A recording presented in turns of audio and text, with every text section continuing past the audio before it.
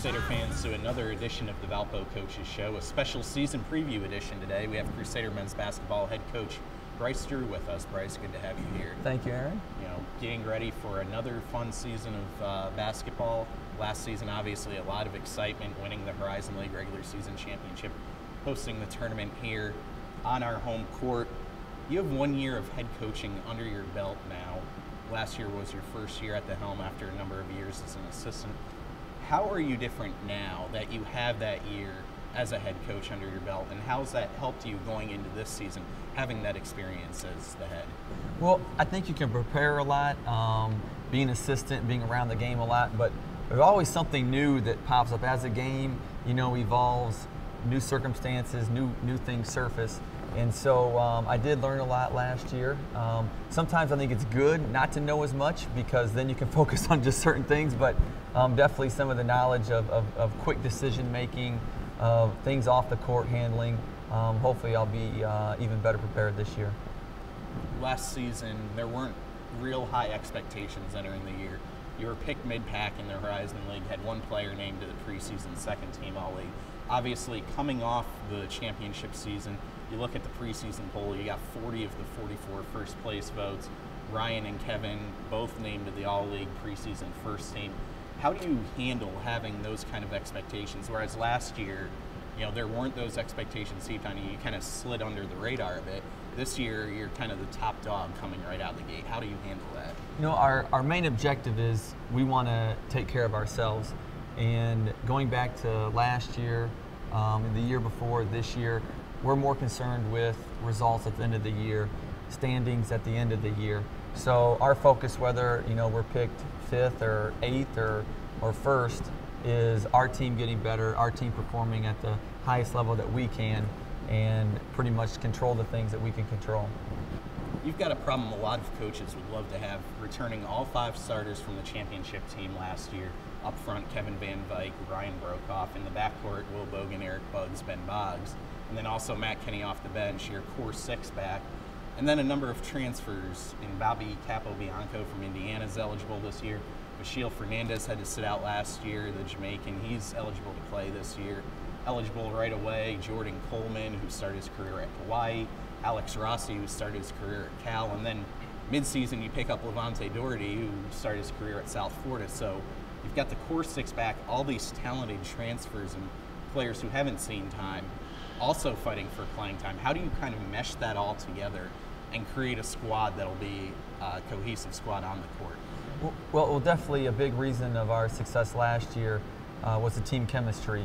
The 8 guys that played majority of the games had a great feel for each other, really blended together very well. Adding new pieces definitely adds the challenge of chemistry.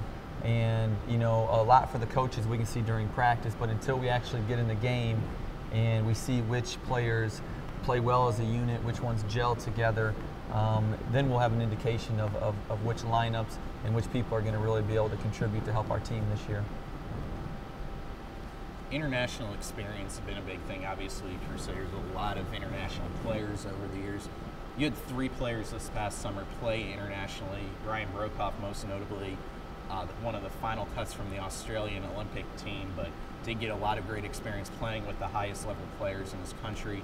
Mishele Fernandez, for his national team in Jamaica, the Centro Basket Tournament, made his senior international debut, got a taste of competition at that high level.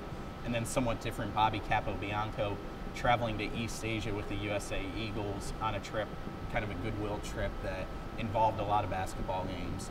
You're someone who, in your time as a player, you had international experience during your collegiate career, playing for the U.S. World University Games team in 1997. What did you take from that international experience that made you a better collegiate player in your final year?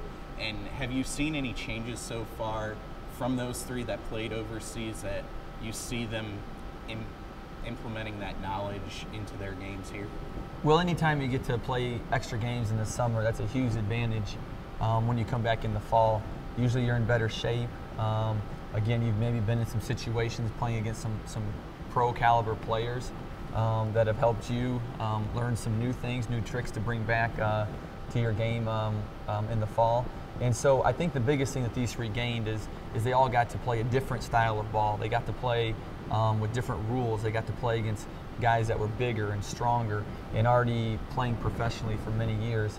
And so they probably took some hits and bumps during practice, but hopefully all of that knowledge and that experience they can bring back and use for us this fall. Looking at your non-conference schedule for this year, obviously the Horizon League always challenging. You want to prepare yourself as well as possible. It's a pretty challenging non-conference schedule. You've put together a lot of road games, a lot of quality opponents on the road. You have Murray State, New Mexico, St. Louis all on the road. What was your thinking in developing the non-conference schedule for this year, knowing you had so many pieces from last year's championship team back? Our first priority in scheduling is we want to get home games. We want to get teams to come back, have to play in the Arc, have to play in front of our home fans. And so in scheduling, we tried to get teams that were willing to, if we came to their place, that they would come back to ours.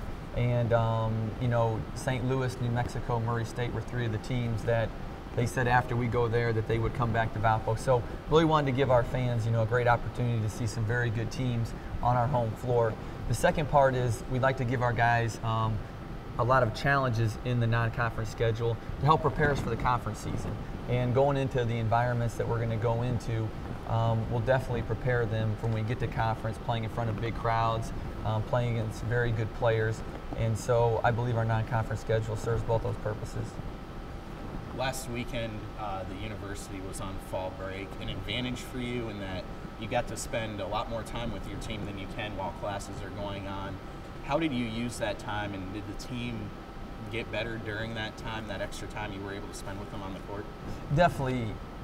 As we talked earlier, Aaron, we have a lot of new pieces on our team, a lot of new players that are blending in with some of our players from last year.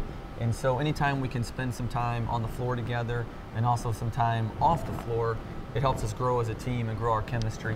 And we were able to have good practice sessions, but we were also able to have some sessions together where we did some team activities, so we would get to know each other better. And it was a very good fall break for our team. Well, Crusader fans can see all the new pieces as well as the returners from last year for the first time on Saturday as the Crusaders play St. Joe's in exhibition action here at the Arc, 7:05 p.m. For tickets, you can go to valpoathletics.com/tickets or call 1-877-MY-VU-TICKS. You can also follow the team on social media. On Twitter, follow @Valpo Basketball. On Facebook, search for Valpo Men's Basketball. Well, Coach Drew, thank you for joining me here today, and I look forward to talking with you more throughout the season. Great, thank you, Aaron. And Valpo fans, look forward to seeing you this weekend. Until next time, this has been the Valpo Coaches Show. Go Crusaders.